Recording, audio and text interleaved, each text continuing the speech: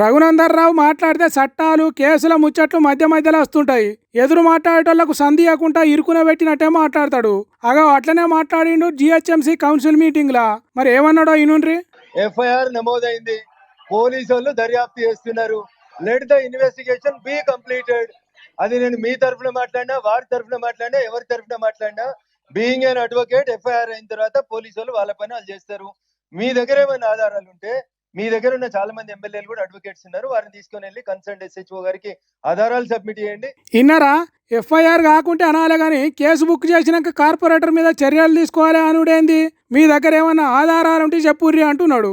ఇంతకు ఏ ముచ్చట మీద మాట్లాడి ఎంపీ రఘునందన్ రావు అంటే, బీఆర్ఎస్ పార్టీ లీడర్ సర్దారు కొన్ని రోజుల కింద తనకు తానే జీవి తీసుకున్నాడు. ఆ ఆత్మహత్యకు కారణం బోరాబండ కాంగ్రెస్ పార్టీ కార్పొరేటర్ బావా ఫసీయుద్దీనే అని బీఆర్ఎస్ పార్టీ బీజేపీ పార్టీ కార్పొరేటర్లు లొల్లి చేసినరట కౌన్సిల్ అల్లా.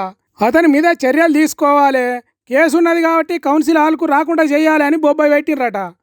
దాని మీద రఘునందన్ రావు ఇట్లా మాట్లాడాడు. కేసు పెట్టినరు కానీ సాక్ష్యాలు ఉండాలి కదా, నిజమా కాదా అని తేలక ముందే ఇట్లా చేస్తే ఎట్లా అంటున్నాడు. అయితే దీని మీద బీఆర్ఎస్ పార్టీ వాళ్ళు రఘునందన్ రావు కాంగ్రెస్ పార్టీ కార్పొరేటర్ను కాపాడుతున్నాడు, సొంత పార్టీ కార్పొరేటర్లను కూడా లెక్క చేస్తలేడు, కాంగ్రెస్ పార్టీని కాపాడటానికే రఘునందన్ రావు కంకణం కట్టుకున్నట్టు మాట్లాడుతున్నాడు అని అంటున్నారు.